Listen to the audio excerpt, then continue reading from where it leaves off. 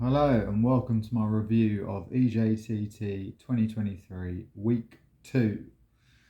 So let's get into it. What a week it's been of games. On Monday we had John Ruddy against Lewis Howard. That was in the second round. And yeah, these two quite even players really in the warm-up and at the start of the match.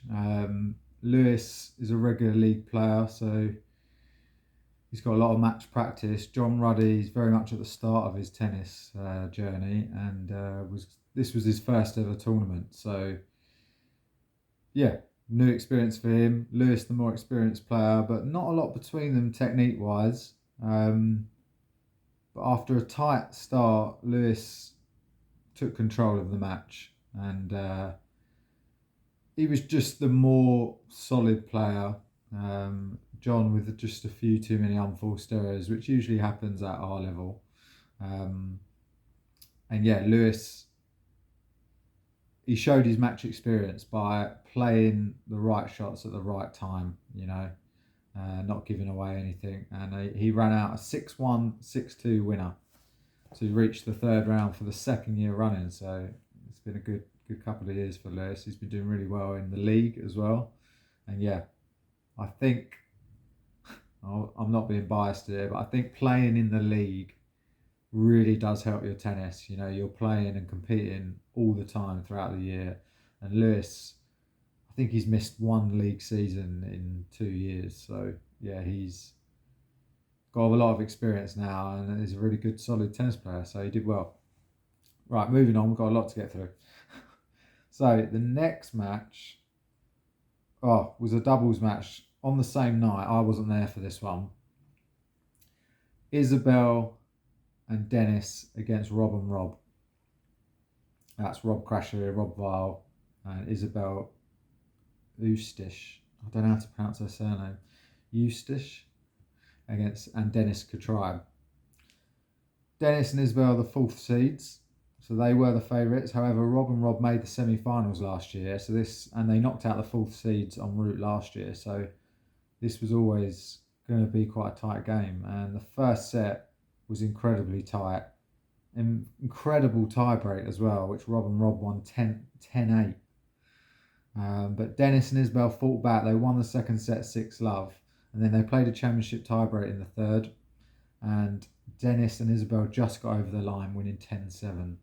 So another good tournament for Rob and Rob. They got through the first round, and they were very unlucky not to reach the semis again in a packed doubles field, really, of very tough players. So well done, Dennis and Isabel. They're into the semi-finals and they'll face Dan Nash and Joe Frost. On the Tuesday, we had a morning game between George Collins and Alex Bateman. Alex, debutant this year, but very good tennis player. And yeah, he was far too good for George, unfortunately. George struggled a lot, especially on return of serve and serving in general, really. Once he got into the rally, it wasn't too bad. He did play some great shots at times, but Alex just had that consistency and he attacks as well by coming to the net. So yeah, good performance by Alex. George will be a bit disappointed that he didn't perhaps get more than one game, but I think that's a fair scoreline, to be honest. Yeah, so Alex into round 2. George will be alright though, he's into the consolation. Next match later on, that was at Swanley. Then I was in Rochester in the evening for Ashley Watson against Angelica Ragazzo. Angelica, at 13 years old, I think she's the second youngest ever to play in the tournament. And she's definitely the best 13-year-old we've ever had, put it that way. And she put in a great performance to beat a player in Ashley that's a regular EJTT player. He has been in the second round a lot, and I think he was playing in his 5th or 6th EJTT. So Angelica did really well, and she beat him 6-love, 6-3 in about 50. Actually, it's on my screen. Hold on. In 51 minutes. Yeah. Meanwhile, going on next to them was a consolation match between Zara Barry and Catherine Allen. Catherine winning her first ever game of tennis. It was only a second game though. But Zara won 6-2, 6-love, and that's Zara's first win of any kind in the league or tournament. So well done to her, and well done to Catherine for getting her first 2 games. The match after that was hotly anticipated. It was Lewis Howard, who returned from the night before, and he was playing Adam Budd, the 15th seed in round 3. Very interesting match. Lewis took a 3-0 lead, but Adam battled back to lead 4-3 and 5-4 and had a set point at 5-4 up. Lewis saved that set point and won the set 7-5. Second set, Lewis got ahead again, I think 3-0. Adam battled back to 3-2, but then Lewis got ahead to 5-2 and then got over the line and won at 6-3. And this was a really interesting match. They actually played each other 2 years ago, and it was Lewis's first ever league match and Adam's second season, and Adam beat him 6-love, 6-2. So this time the result was the other way around, with Lewis winning 7-5, 6-3. And again, I think that just shows Lewis has been playing in the league a lot, and that's obviously improved him. Adam's been playing in the league, but he's taken sort of a year to 9 months out of the league, and he's a bit rusty coming back. And he does like to attack, and he just far too many unforced errors. And Lewis did well, and he's into the 4th round to play the defending champion Matt Ledbetter. So well done to him. Great performance. On the Wednesday, it was raining again, but I managed to move one of the games got postponed, the other one we moved indoors, and it was Andrea Hoskins against Alex Bateman. I've got to say, I thought Andrea did really, really well.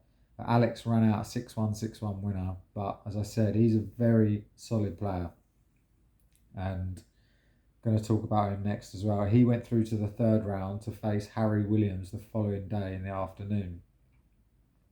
Harry Williams is the 12th seed, and I was really looking forward to this match. Probably for me, this was the most exciting match of the tournament so far. I thought Harry Williams, very good player. And then you got Alex Bateman, who's a newcomer, but again, very good player. And I wasn't sure how this match was going to go. I thought it could go either way. So, yeah, first set was interesting. Only one break of serve, and it was an immediate break for Harry. And then both players held serve for the rest of the set, and Harry won it 6-3. Harry was very much the dominant force. And in the second set, Alex mentally just gave way, really. And Harry won the second set 6-love. I was a bit disappointed with Alex's performance. He's clearly a very good player.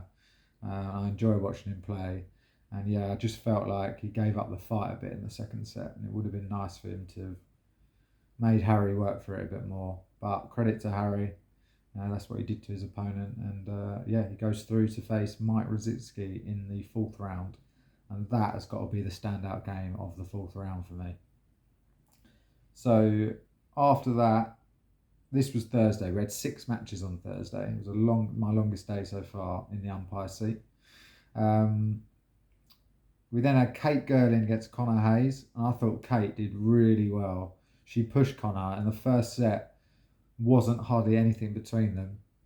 Connor just got over the line 6-4, and then I think Kate got a little bit tired in the second set, and Connor got a bit more solid, and Connor won 6-love in the second. Straight after that, we had Connor Hayes again in action against Neil Johnson in the 3rd round. Neil turned up 50 minutes late for his match, which is the latest I've ever had someone turn up for a match. And it's got me thinking whether we should put in a rule, really, that I'm thinking maybe next time, if you're half an hour late, you start a set down.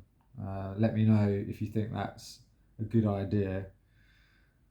Anyone watching who's got an opinion on that, in terms of if a player's late, what should the punishment be and how long in terms of the lateness? I'm interested to hear your thoughts, so let me know. Anyway, I let him off. Was very disappointing though that he was 50 minutes late. And you could see he was rusty because Connor ran right in the first set and won 6-love, which was the third match in a row that had a 6-love set.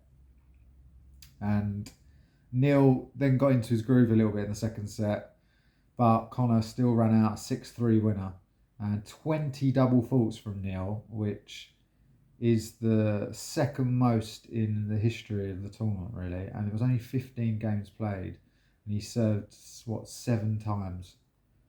And 20 double faults is enough to give up 5 games just like that. So it's a lot of double faults. So Connor knocked out the 16th seed. So the 16th and 15th seeds out straight away, first match. So it just shows these players in the early rounds, once they get a couple of games under their belt, the standard of this tournament is going up. And those lower players are now putting pressure on the higher ranked players, which is good to see. The next match was the match of the tournament so far. What a game it was. Adam Alnak against Rob Crashaw, and they had played each other before. And Adam won in 3 tight sets in the Southeast London EJMSL Tennis League. So I knew it had the potential to be tight. It was the last game on. I had nowhere else to be, so I was well looking forward to a deep match. I was a bit cold in the umpire seat as it went on a bit late. But yeah, fantastic match. Adam took the first set 7-6, on the tiebreak 7-3. Rob battled back to take the second set 6-4. And then the last set was 6-2 to Adam in 2.5 hours exactly. And even though that last set was 6-2, it was longer than the 6-4 set and nearly as long as the tiebreak set. Yeah, what a battle. And it wasn't just that the scoreline was close.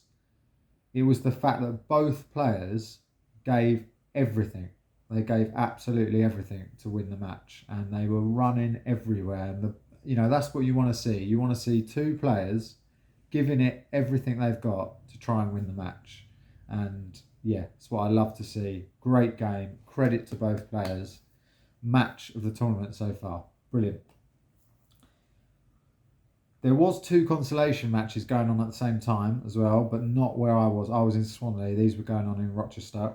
And it was John Ruddy who got his first win in the consolation. He beat Ashley Watson 6-4, 6-3. So credit to him on his first win.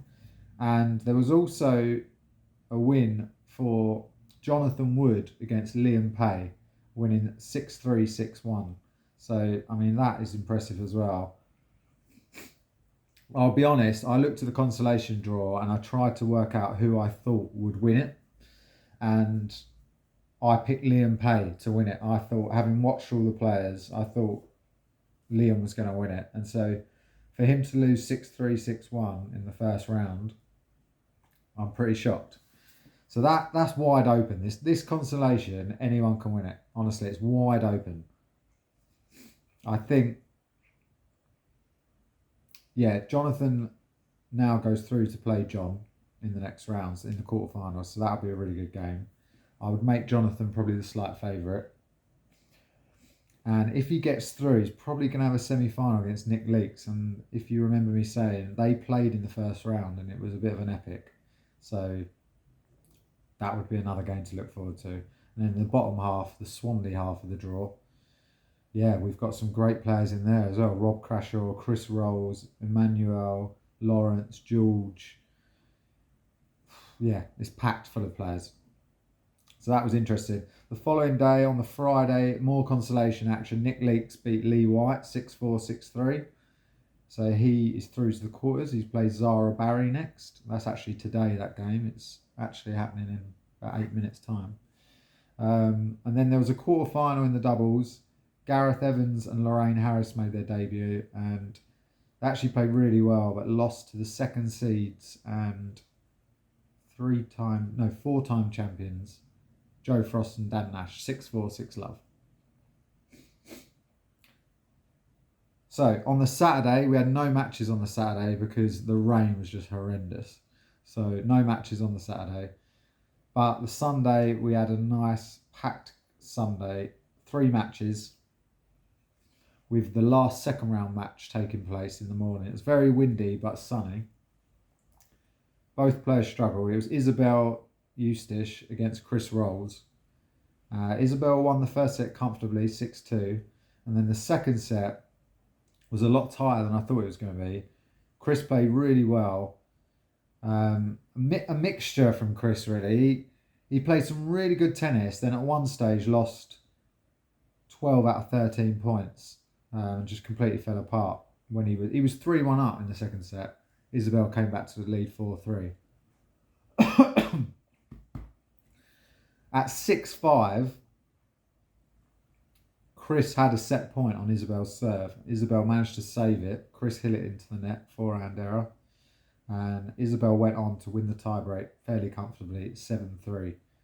So she goes through to round 3. She's playing Andy Taylor later today. And if she can beat Andy, she'll have got the furthest the females ever got in the tournament. So good luck to her. Then we had Adam Alnat against Cliff Gay. I was looking forward to this because I thought Adam was impressive against Rob, and I thought he did have a chance against Cliff. And he hit 35 winners, and a number of them were off Cliff's serve. And he actually won more points on Cliff's serve than his own serve, but that became his downfall.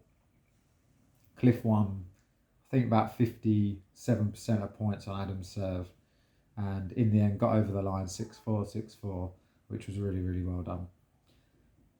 Then in the last game of the day was Angelica against Joe, and that was 6-2, 6-2 to Joe. And yeah, Angelica put in a really good performance, but Joe won really well.